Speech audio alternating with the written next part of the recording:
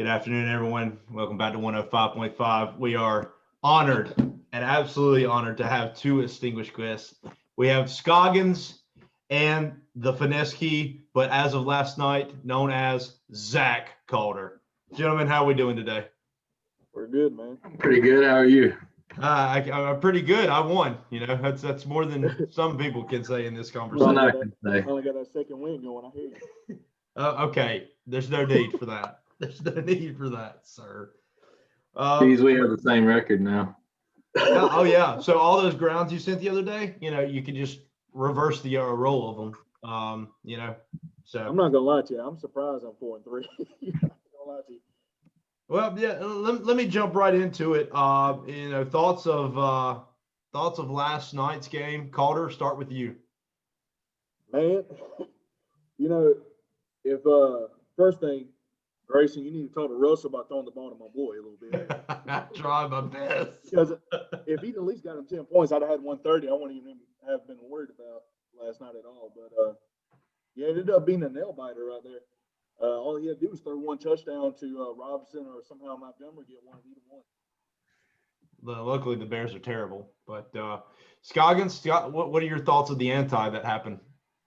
It's like I went into it knowing that David Montgomery is the worst running back in the NFL. Well, Joe Mixon's in the league, so Yeah, I'm sorry. He's right there a step above Joe Mixon. there you go. Now, Allen Robinson, I knew he had a tough matchup. I did expect a little bit more output from him. I'd have liked to see that 100-yard mark, but it is what it is. I'll give Calder credit where credit's due. Credit's due right there along with Gurley scoring an accidental touchdown. And that was the difference in the game. The fact that Atlanta Falcons. That right there was golden. He just broke through the line and then he just oops, I'm supposed to fall. And just That's the most Falcon thing I've ever seen in my life in this year. Well, Robinson, I thought was going to do something at the end there because usually he's go-to, but I guess something happened when he got hit on that one play and they took him out of the game. It's called anti. I'm pretty sure that's what happened. His anti just struck him down. I mean, like a lightning bolt. But Calder, let me ask you this. You brought on a new faction in the league. I mean, this just trade first and start players later. Right now on a record, 19 trades this year already. Do you have a strategy in mind? Is it just a bad habit like an addict? What's the background that everybody's not seeing on these? Well, I guess it's a little bit of both. I probably have an addiction problem as well. Facts. But hey, I told y'all day one, I said, listen, I got a plan. I'm gonna either win big or I'm gonna lose badly. And it looks like my trading's been kind of helping me win right here on a 4-game winning streak. So Yeah, and Scoggins, speak to the trade mafia that is this year. It's new records being set, and obviously with more trades, there's more finessing. Compared to last year or even the year before, what are you seeing different this year with the finessing and the trades? This year it's definitely more of an issue. I think people are more mindful of what they're trading because I'll be real with you. In the past years, I'd trade with somebody. Now, I ain't got much room to talk. I don't think I finished better than 6th place in fantasy since we've been playing since, 2012. But yeah, you're not good, yeah. Yeah, and I'll admit that. I was hoping for a podium this year, but, the spoon is inevitable. It continues to defeat me. But regardless, something I used to do is just trade to benefit myself. But now you also got to trade in mind of keeping people like Andrew from demolishing everybody in the league. Yes, because all his other minions trade with him. Yes. Well, with the whole COVID thing going on, and I swear there's been a lot more injuries this year. Like, it's harder to want to trade somebody and you're worried about you don't know what's going to happen with them next week. Yeah. I agree with that. Here's another good question. This is directed at both of you since you haven't answered this before. Defenses and kickers. It's helped. It's hurt. Obviously Calder got spoon-fed with Kansas City this past week.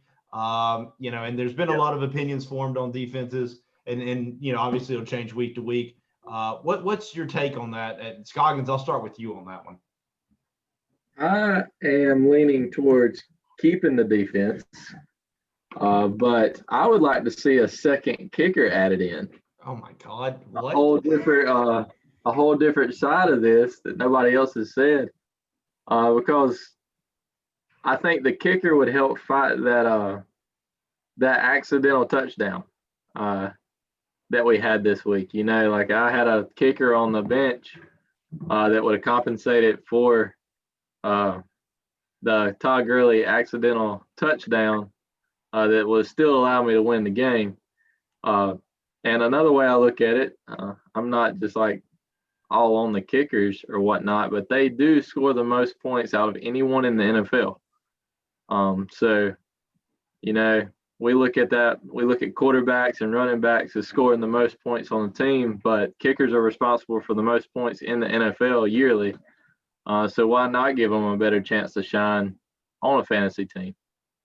And defenses, I've just sort of defenses will go with the wind. You know, 1 week, it's sort of like Calder's occurrence. Kansas City's been in the negatives twice this season. And then when they play old Scogs, they decide to have 19. Yeah, defenses are going to be defenses. We can drop them. We can keep them.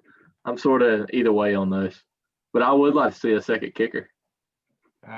That's an interesting take, and that's a new one. Zach Caulder, responses. Yeah, that was a weird one. I didn't see that coming. I don't know. Like, I kind of like the idea of doing a defensive player just because, I mean, I feel like we can still trade and drop them like that. But if a player doesn't do anything big, I mean, at least you don't lose any points, I don't think. But, I mean, it would be kind of interesting to see how the point system would work with somebody getting a sack or if he gets a fumble for a touchdown and all that. I think it'd be a lot more fun to do it that way. And there has been a lot of games like Andrew when he beat me. The only reason he beat me is somehow the Colts got 25 points. Without that, he was done. It was over. It's because he gets spoon-fed, man. Yeah, well, y'all need to quit trading with the man. Like, I have not traded with the man once. Like, I know Josh Allen's been doing bad, but nobody needs to give Andrew Josh Allen. It's ridiculous. Well, you saw the trade last night, didn't you? Yeah.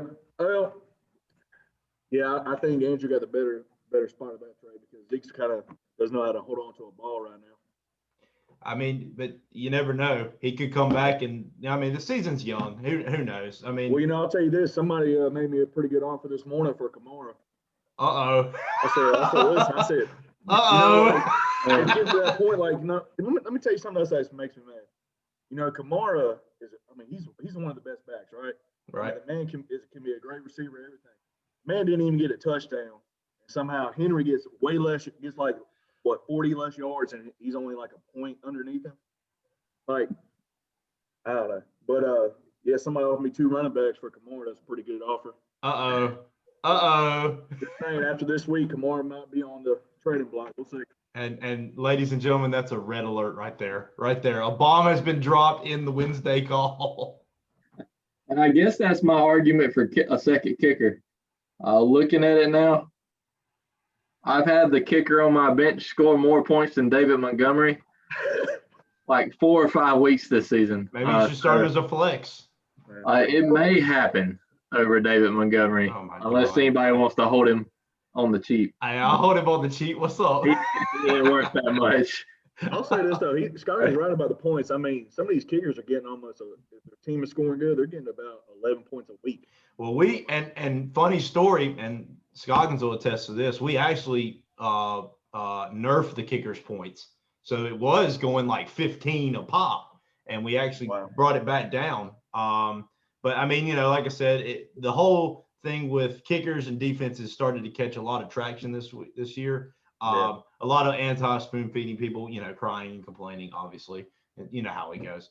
But no, you know, and just wanted to get your take and another hot topic take here. Scoggins, Joe Mixon, thoughts? You know, I've got someone somewhat comparable on my team in David Montgomery. And just to be honest, I couldn't imagine being in any other worse seat by having Joe Montgomery or Joe Mixon. Like it's like I feel for you, Alex, because it's awful having Montgomery, and to imagine having something lesser than that, it makes me cry at night. I pray for you, Alex. It's got to be rough having him on the team. No man should have to deal with that, but for some reason you continue to do it to yourself. Very well said. Caulder, any add in on the Joe Mixon conversation? Man, listen, I'm not going to speak too ill of him because I'm pretty sure everybody's talked really bad about him. Somehow Alex is beating them with Joe Mixon because he just goes off. Didn't he beat Andrew with him? Let the record show Alex did beat Andrew. Yes, and I'm pretty sure Joe Mixon did pretty good. but no, Joe Mixon is a waste here. Let's just be honest about it. The man can't stay healthy. I mean, he's almost like Drake. And by the way, shout out to Skeet for talking all that junk, talking about me and Scoggins stuff, who just lost again this week, by the way. He got like a 4, and he's going to be out for a few weeks now. Oh, L. Big L for Skeet. Big L. Well, gentlemen, I'll leave you with this and final questions because Daddy's got to eat lunch. Start with, Zach Caulder, a.k.a. Scoggins Daddy. You're sitting 4-3, tied for the top of the cheese division. What on a great win streak? What do you see for pushing forward into the front and outright lead? Strategies, more trades, more finessing, less trades. What are you seeing?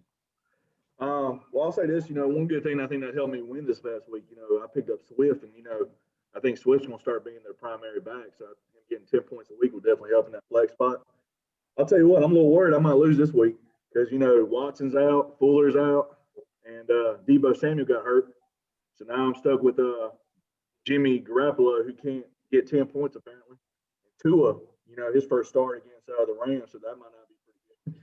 But I think I got a good chance to finish off pretty good. End up being in the top bracket, I hope. But I'm about to go back to play Clay this week. So that ought to be a pretty good matchup right there. It is. Scoggins, I'll flip to you, kind of on the reverse side. You're now tied with the worst record in the league. And from everybody's expert wise, they see that trend continuing. How do you bounce back? Well, something I've had problems with this year is hanging on to people too long and then letting their trade value drop. Yep.